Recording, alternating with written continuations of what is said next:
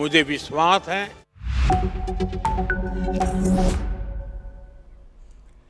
Hello and welcome. I'm Asuma Katauka and you are watching NewsX World. Let's take a look at some of the top stories.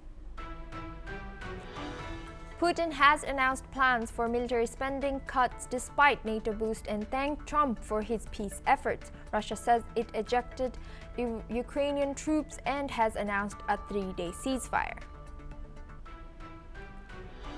The Israeli army has said a missile fired from Yemen was most likely successfully intercepted. According to reports, Israel warned the Iran-aligned Houthi movement of a possible naval and air blockade if attacks continue.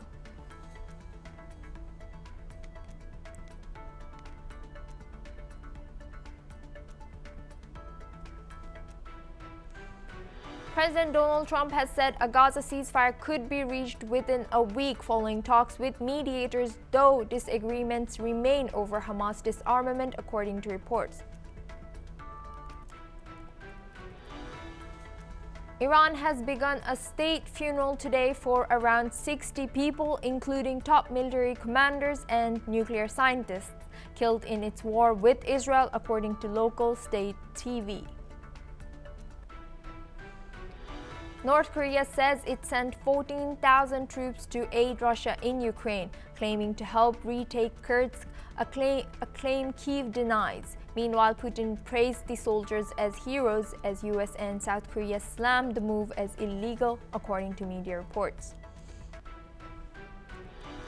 UN Chief Antonio Guterres has hailed the Democratic Republic of Congo and Rwanda peace deal as a significant step towards ending a conflict that has killed thousands, urging both sides to honor their commitments, according to a UN statement.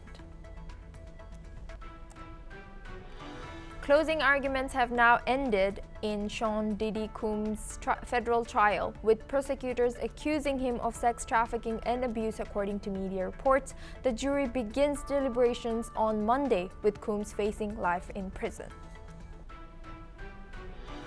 At least 19 people were killed and 15 reported missing during anti-tax protests in Kenya, according to a statement on Saturday from the independent local rights body.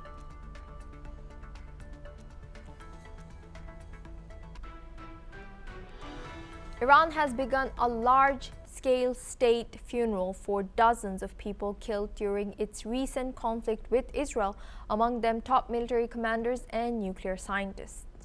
State television has confirmed that the ceremony began today morning with crowds dressed in black flooding the streets, waving Iranian flags and holding portraits of those lost in the 12-day war. Roughly 60 individuals are being honored, many of them senior officials tied to Iran's elite military units and nuclear program. The public funeral marks a moment of national mourning and defiance as Iran's leadership seeks to rally public support after a costly conflict. Images aired by state media showed massive processions, chants of resistance, and emotional scenes as coffins draped in Iranian flags were carried through the streets. Among the mourners were high-ranking clerics, political leaders, and members of the Iranian Revolutionary Guard Corps. While Tehran has claimed a symbolic victory against what it calls aggression by Israel and the United States, the loss of key figures has struck a heavy blow to the regime's military and scientific establishment. Some of the slain nuclear scientists were believed to be involved in Iran's most sensitive projects, and their deaths may have long-term impacts on Iran's strategic capabilities. Today's funeral also sends a message to both domestic and international audiences that despite devastating strikes and diplomatic pressure, Iran is doubling down on its narrative of resilience, martyrdom, and national pride. As tension in the region remain high, today's funeral underscores just how deep the scars of this war already run.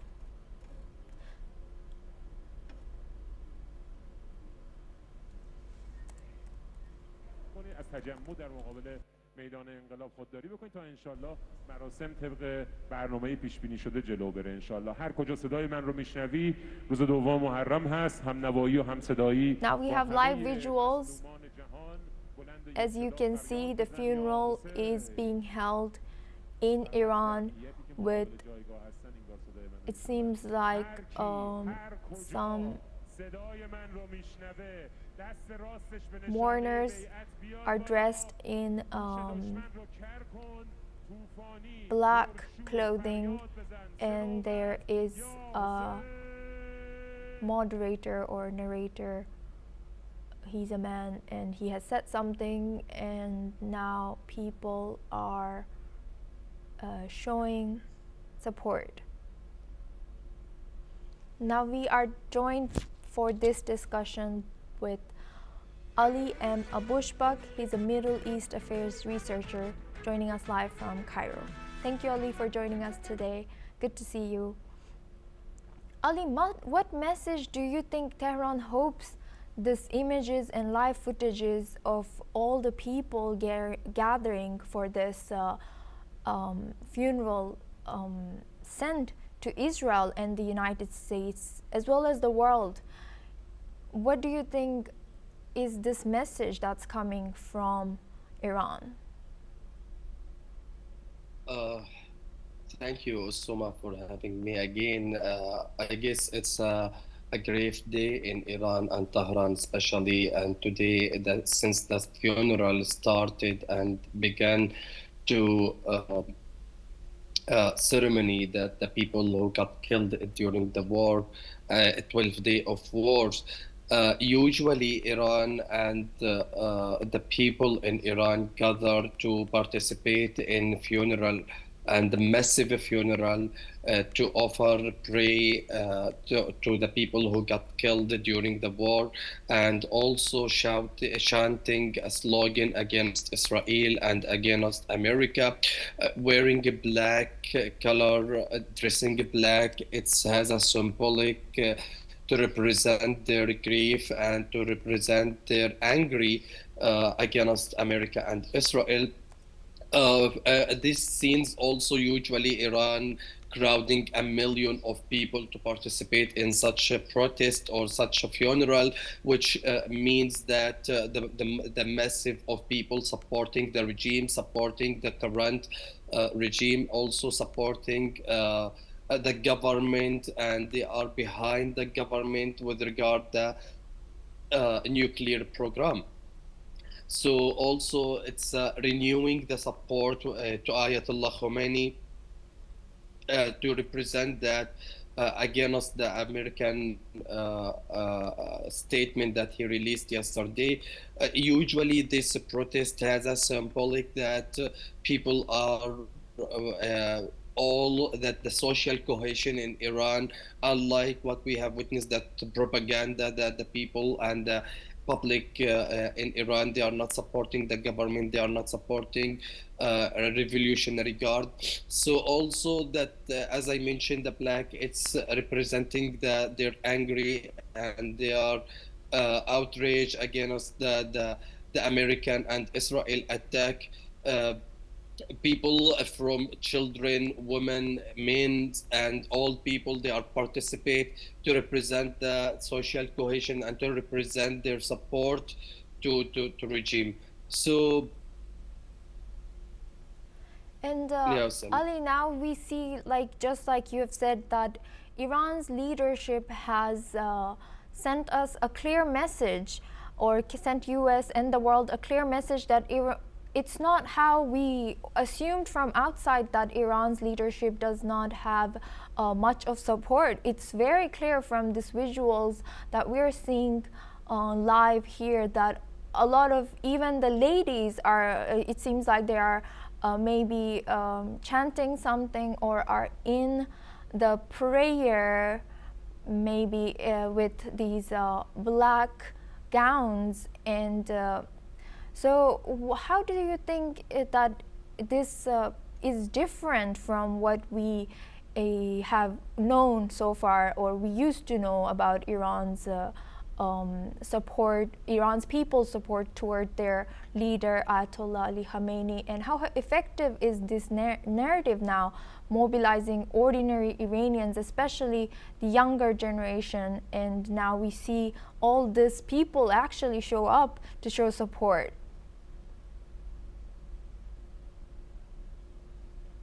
Usuma, the things is about young people. Most of them belongs to Passage.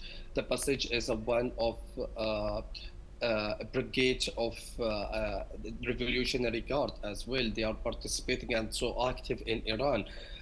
These forces also mobilize several of people to participate in this and in this funeral. And this is not the first funeral, and we have witnessed several, like during Qasem Soleimani funeral, and also Fakhrizadeh, the scientist, Iranian nuclear scientist who killed in 2020.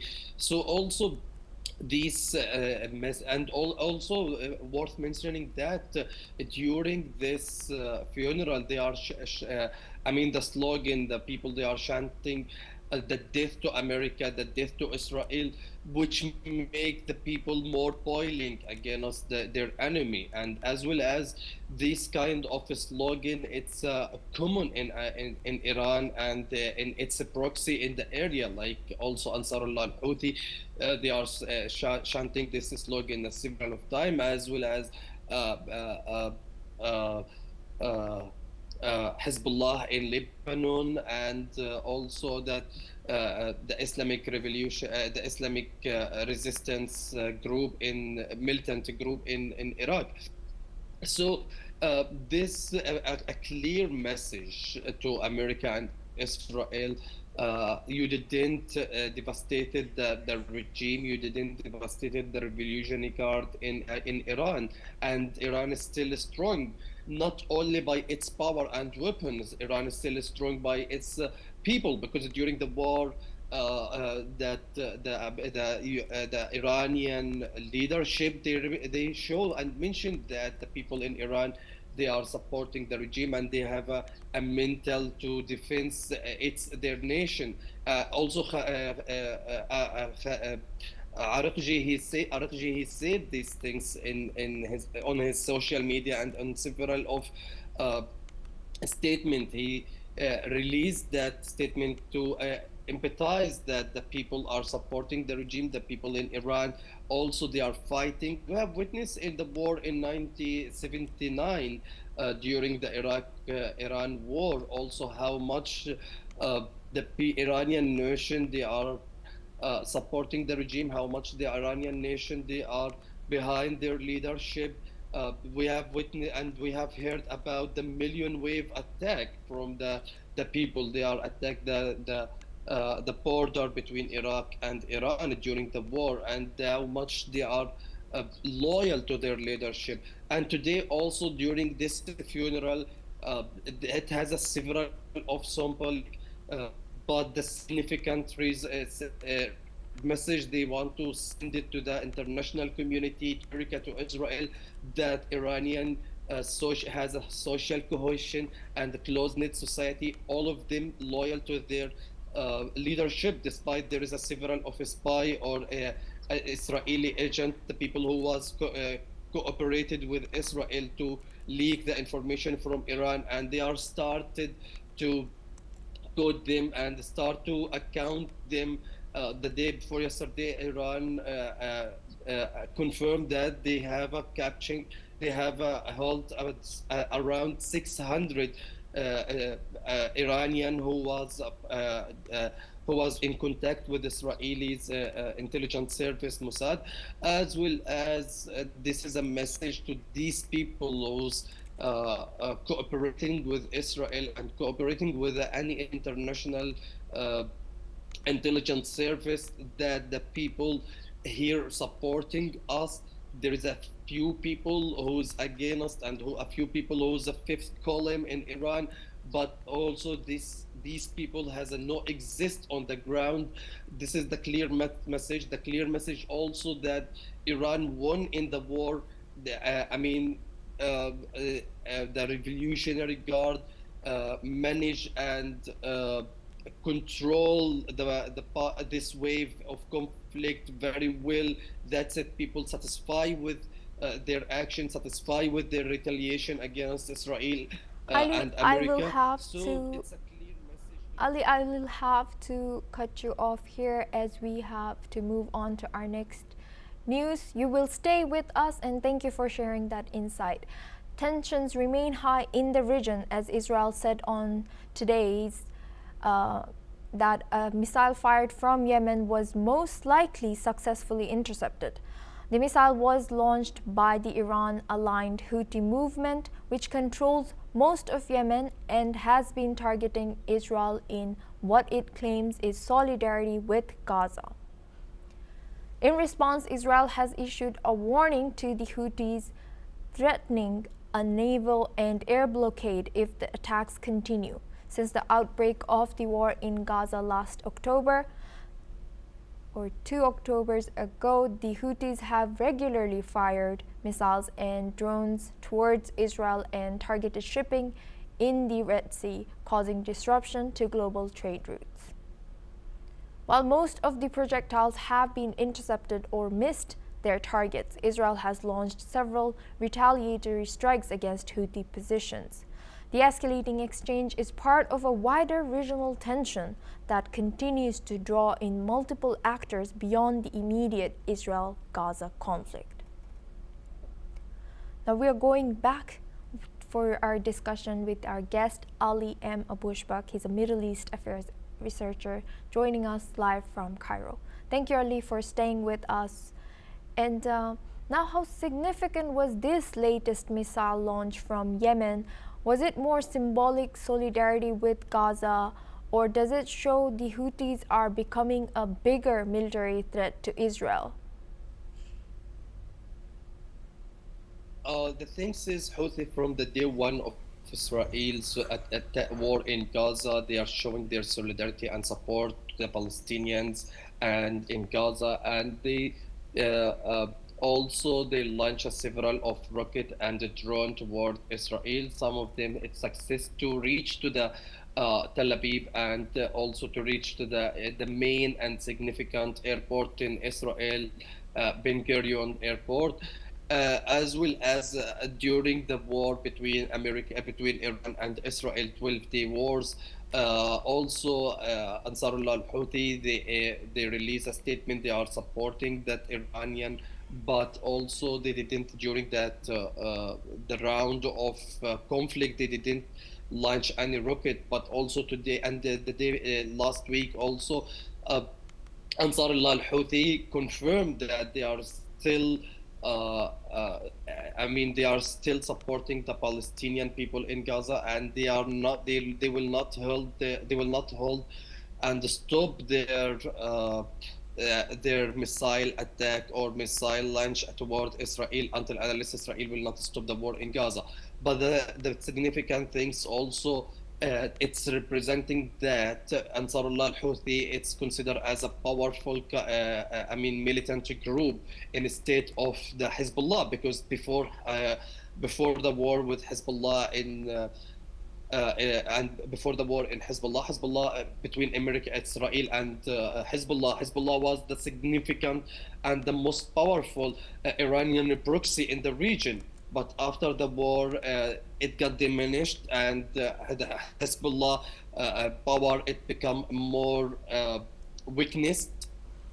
The power of it become more weak. So now the significant militant proxy in the area that allies with Israel, with Iran and backed from Iran, it's Ansarullah al-Houthi. And guess it's a hard number and a very. It's a red. It's a red lines from to Israel and Ansarullah al-Houthi, despite America try to targeting them, but also the Americans' campaign against Ansarullah al-Houthi, they didn't impact deeply them. Also, we have witnessed Israel also launch several of and numbers of airstrike against Ansarullah al-Houthi, but also it doesn't impact them. Now Ansarullah al-Houthi become a more strong and more powerful militant agency and proxy for Iran. I guess what is happening on the ground, they are showing the support of Palestinians because Usuma, the people in Yemen also, they are most friendly and they are showing, I mean, the ordinary people, they are also supporting the people in Gaza. I have met several of ordinary people from Iraq, from Yemen. They represent their support and solidarity with the people in Gaza. It's not related to also to Iran. It's not related to the politician. I'm seeing the grassroots also in Yemen. They have a solidarity and they are also accepting the retaliation from Hezbollah, from Ansarullah al-Houthi to as a stand and taking a stand with the oppressed Palestinian in Gaza and the people who are suffering from the famine and starvation because of the Israelis blockade in Gaza. Thank you very much, Ali Abushbak. You will stay with us for our next news. United Nations Secretary General Antonio Guterres has criticized a U.S.-backed aid operation in Gaza, calling it inherently unsafe and stating that it is killing people. The UN has rejected the U.S.-supported Gaza Humanitarian Foundation, questioning its neutrality and accusing it of militarizing aid and forcing displacement. Guterres warned that channeled aid into militarized zones was putting lives at risk, since Israel lifted an 11-week aid blockade on May 19th. The UN claims more than 400 Palestinians have been killed seeking aid. Most victims were reportedly trying to reach GHF distribution sites. GHF, using U.S. security firms, has delivered over 48 million meals since May 26. It defended its operations, rejecting the UN's claims and calling for collaboration to help the people in Gaza. The U.S. has approved $30 million in funding for the GHF, urging other countries to support the effort. Let's listen into what Secretary General of the United Nations, Antonio Guterres, has said. Families have been displaced again and again, and are now confined to less than 1/5 of Gaza's land. And even these shrinking spaces are under threat. Bombs are falling on tents, on families, on those with nowhere left to run. And people are being killed simply trying to feed themselves and their families. The search for food must never be a death sentence. With concrete action, so aid can reach all people swiftly at scale wherever they are. Any operation that channels desperate civilians into militarized zones is inherently unsafe. It's killing people. It's time for an immediate ceasefire in Gaza, the immediate and unconditional release of all hostages, and full, safe and sustained humanitarian access. Israel, as the occupying power, is required by international law to agree to and to facilitate humanitarian relief. Meanwhile, humanitarian operations continue to be strangled. For over 3 months, shelter materials and fuel for critical services have been blocked. Doctors are forced to choose who gets the last vial of medicine or the last ventilator. Aid workers themselves are starving. This cannot be normalized. A handful of medical supplies finally crossed into Gaza earlier this week, the first from the UN in months. But this only underscores the vast scale of the crisis.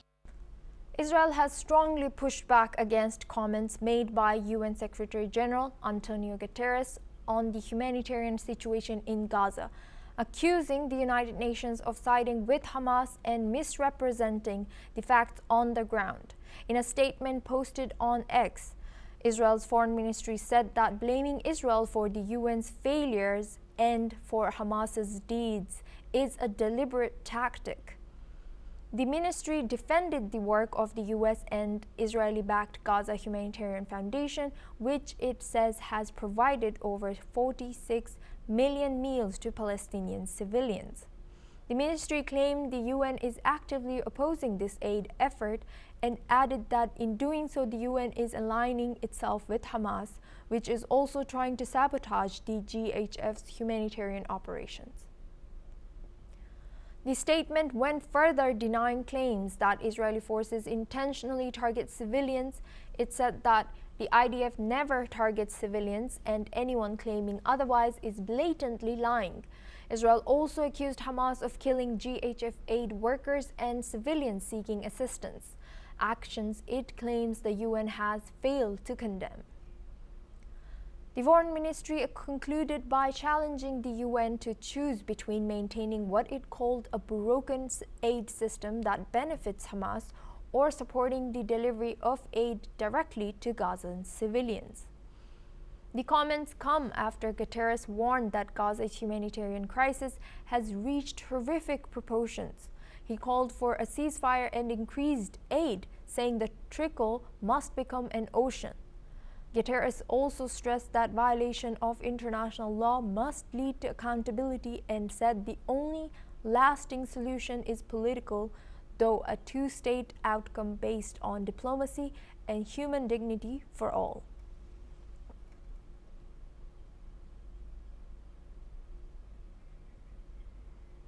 US President Donald Trump has expressed optimism that ceasefire between Israel and Hamas could be reached within a week. Speaking to reporters on Friday, Trump said he had spoken to key figures involved in peace efforts and believes a truce is close. However, Al Jazeera correspondent Noor Day cautioned that no active negotiations are currently taking place in the region.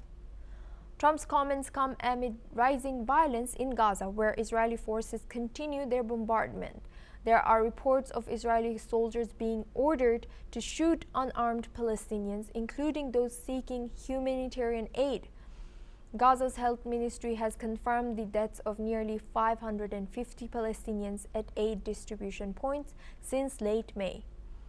Though Trump is hopeful, Hamas demands that Israel stop its military actions and withdraw from territories it seized. Talks on a ceasefire would likely hinge on the Israeli government's willingness to agree to such terms, with international pressure growing.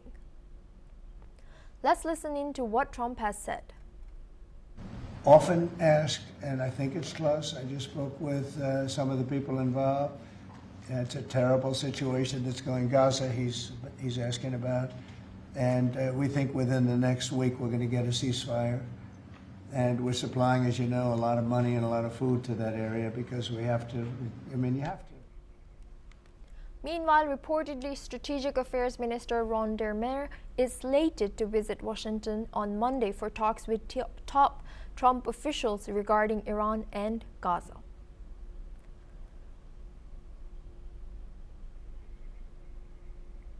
Israel's Prime Minister Benjamin Netanyahu and Defense Minister Israel Katz have strongly rejected explosive claims published by the Haaretz newspaper. The article alleges that Israeli soldiers were ordered to shoot unarmed Palestinian civilians waiting for humanitarian aid in Gaza.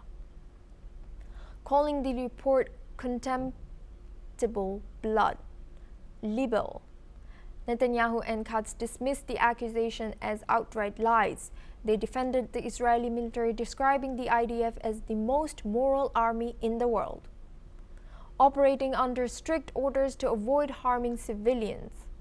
They emphasized that the IDF faces complex challenges while fighting Hamas, a group they accuse of using civilians as human shields and manipulating narratives to undermine Israel's legitimacy. The Israeli leadership urged democratic nations around the world to stand by Israel in what they described as a moral fight against the Hamas terror organization. The controversy comes amid growing global criticism of Israel's military operations in Gaza, especially after reports of civilian casualties near aid distribution zones. Israel maintains it does not target innocents and that its soldiers act under clear ethical protocols. The government insists the IDF's actions are unlawful and defensive, targeting a terrorist group embedded in densely populated civilian areas.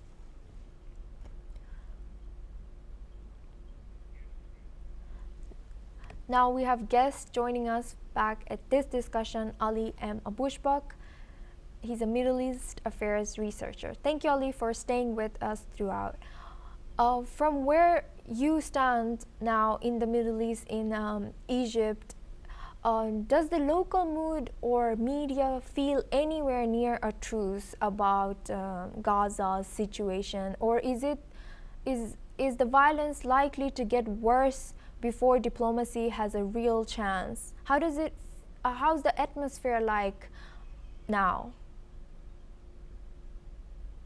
Usuma, but let me mention that investigating report that published in Haaretz about the GHF, it's turned the table upside down. I mean, also it's making the situation more miserable, especially the fact it's Israel targeting the civilians who come to collect and to collect the humanitarian aid and to collect some supplies, make it the situation more worse. And yesterday also Israel targeting a school has been taking a shelter from the displacement people who forcefully displaced their area because of the Israeli bombardment and destruction in their area.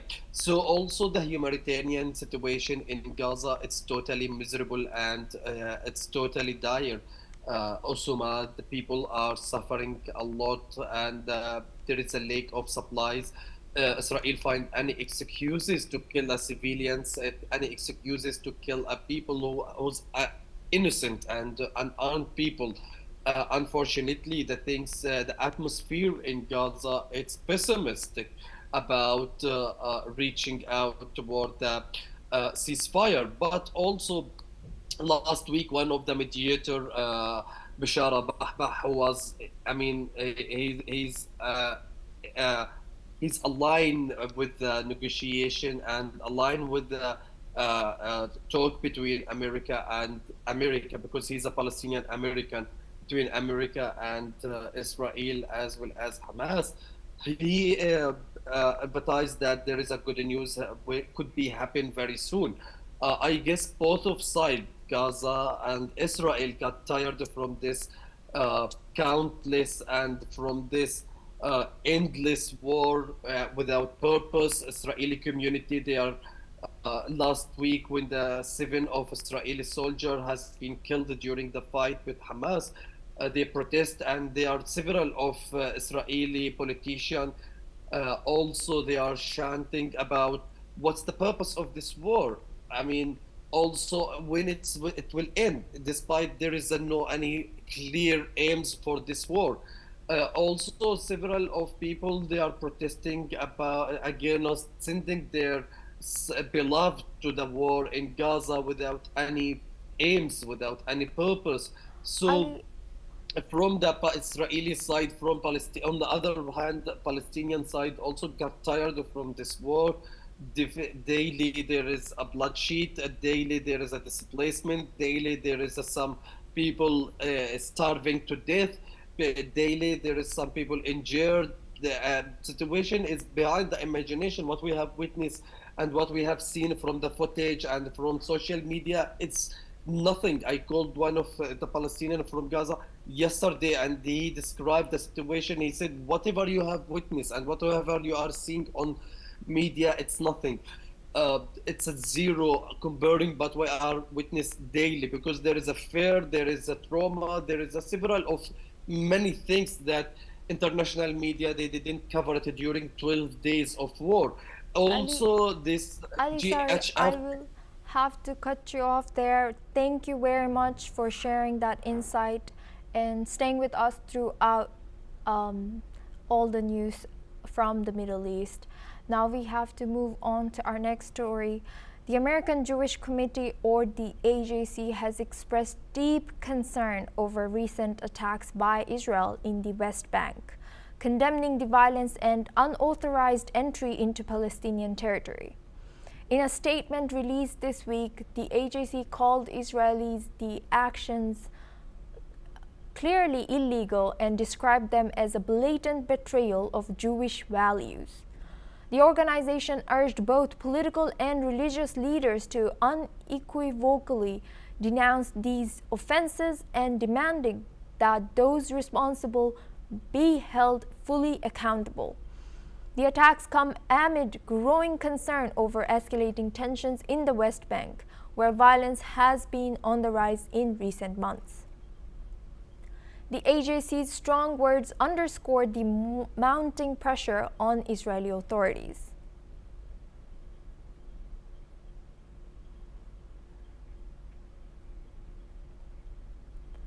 Now we move on to our next news. Rwanda and the Democratic Republic of Congo have signed a landmark U.S.-brokered peace agreement in Washington, raising hopes for an end to years of conflict that has killed thousands and displaced hundreds of thousands more. The foreign ministers of both countries signed the deal at the U.S. State Department in a ceremony attended by Secretary of State Marco Rubio and President Donald Trump. The agreement is part of a broader push by Trump administration to stabilize the region and open it up to billions of dollars in U.S. and Western investment, particularly in Congo's vast mineral wealth, including tantalum, cobalt, gold, copper, and lithium.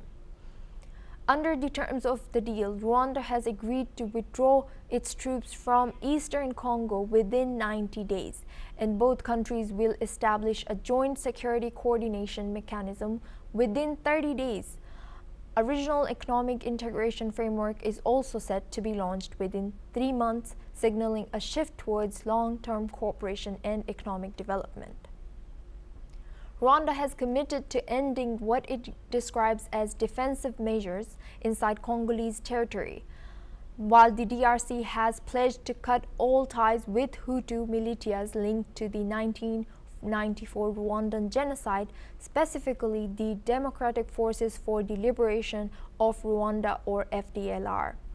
The Rwandan foreign minister said the agreement marks a turning point, insisting on what he called an irreversible and verifiable end to any state support for the FDLR. The Congolese foreign minister called the deal a beginning, not an end, stressing that it must be followed by disengagement, justice, and the return of refugees and displaced families. The peace agreement does not include a direct timeline or the withdrawal of M23 rebels, who have seized major towns and mining areas in eastern Congo. Rwanda continues to deny backing the M23 group, while the United Nations and Western powers say Kigali has sent thousands of troops to support the rebels. This claim has repeatedly been rejected by Rwanda. U.S. officials, including President Donald Trump, have linked the peace deal to access for American companies to critical mineral supply chains. Trump welcomed the foreign ministers at the White House following the signing, calling it a wonderful day and describing the deal as the start of a new chapter for the region. He also extended formal invitations to the presidents of Rwanda and the DRC to sign a broader Washington Accord package in the coming weeks. American officials say a follow-up agreement focused on trade and mineral supply chains is expected to be signed soon, pending further progress in parallel talks hosted by Qatar between Congolese government and the M23 group. Now we have guests joining us for this discussion. Mahmoud Muhammad Nuruddin, he's an African journalist from Ghana. Thank you, Mahmoud, for joining us today. Good to see you. How significant is this peace agreement on the ground? Do people in the affected region see it as a real turning point, or do they think this will be effective and bring peace there? It is a major step because over 7.8 million people have been forced out of their homes due to the conflict, and signing the peace agreement is being seen as a major step towards ending the conflict in DR Congo. We know that all parties involved in the conflict, have agreed to fully respect the commitment made in the deal. And we also know that UN has promised to continue supporting peace process in cooperation with the African Union and other regional and international partners. And so people, citizens of DR Congo are excited about this deal, and they look forward to seeing more cooperation between these two countries, which will actually create a platform for them to be able to do business like it was done in the past. But the real issue on the ground is about the M23 group.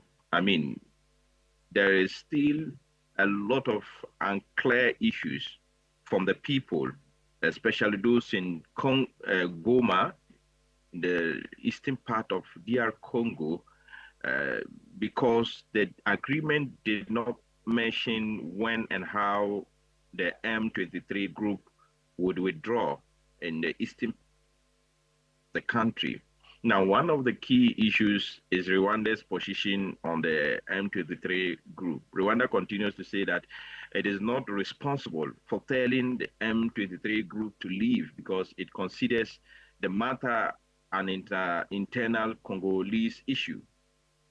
This, claims or this statement creates tension in that part of the country because the M23 group remain in control of key areas in North and South Kivu in DR Congo.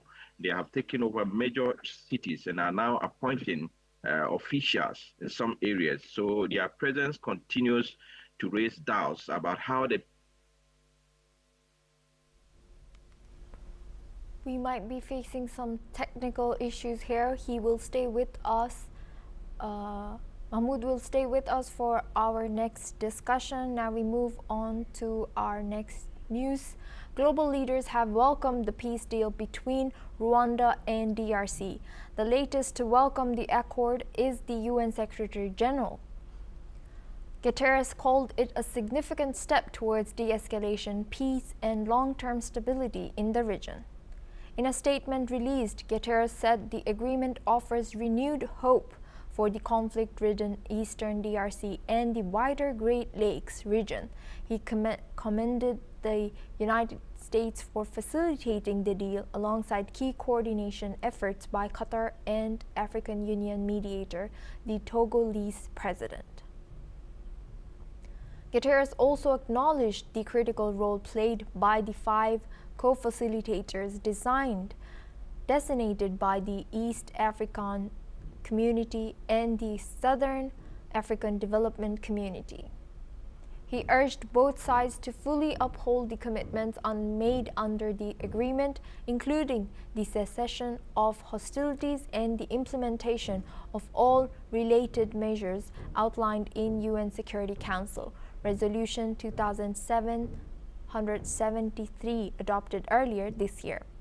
The UN chief emphasized that the United Nations, including its peacekeeping mission, MONUSCO, remains fully committed to supporting the implementation of the accord in close coordination with African and international partners. The peace deal aims to end decades of devastating conflict in eastern Congo. According to the United Nations, the conflict between the two has displaced over 7.8 million people. Now we go back to our guest discussion on this topic. We're joined by Mahmoud Muhammad Nuruddin. He's a journalist from Ghana. Thank you for joining us today. Thank you for staying with us, Mahmoud. How does this agreement change the dynamics with other regional players, for example, Uganda or Burundi, who also have interest in and influence in eastern Congo? We're seeing a lot of people migrating to these countries because of the conflict. And so once it calls for joint security plan, helping refugees return home, improving humanitarian access and regional trade, it comes as a great news to them because if you are having a lot of people moving from other country, from a particular country to your country, I mean, you are going to experience a great burden, especially in terms of your economic, in terms of your population, and among other things. There are other people who would actually come and would change so many things about your country. And so these steps that has been taken to bring a long-term peace and cooperation between these two countries in the region is a welcoming step. It's something that would be able to ensure that the countries around that share border with DR Congo and Rwanda would be able to operate and cooperate with them very well. And so it comes the great news to these countries that are seeing a lot more people moving to settle in their countries. And building on that, the DRC foreign minister, we have seen that he said this is a beginning, not an end. How difficult will it be to ensure justice for victims and help refugees and displaced families return safely? And him saying this dialogue, does it suggest other challenges that might come in the way? Exactly. Now, the issue of M23 group, like it was not mentioned clearly in the deal. We know Rwanda's position. We know DR Congo's position on the M23 group. Rwanda is claiming or saying that it is not responsible for the operation of M23 group. DR Congo is also saying that, or the international community is saying that the M23 group is being backed by Rwanda. And so Rwanda says it is an internal Congolese issue. So as to how this issue will be resolved and how they will be withdrawn from the eastern part of Congo, that is a challenge. So it is a turning point, but there are a lot more things to be done on the ground. Now, you sign a deal, you have to go back home to ensure that these, issues or these agreements that you have signed will be implemented. And this particular issue could change everything overnight. And so it is a step. And we are hoping, US has mentioned that this is also a step where they would have to come, the two presidents would have to come back, sit down and continue with the deal to a stage where they know peace has eventually returned to DR Congo. And so we are looking forward to seeing a day that the M23 group will be withdrawn from eastern part of Congo, and I'm sure when that is done, we are likely to see most of the issues being addressed. But as it stands now, if Rwanda withdraws its military and M23 groups are still there, then it will be a challenge to DR Congo. Thank you very much, Mahmoud Nuruddin, for joining us today and sharing that insight all the way from Africa. Well, that's all we have time for. We will continue to bring more news updates from around the world.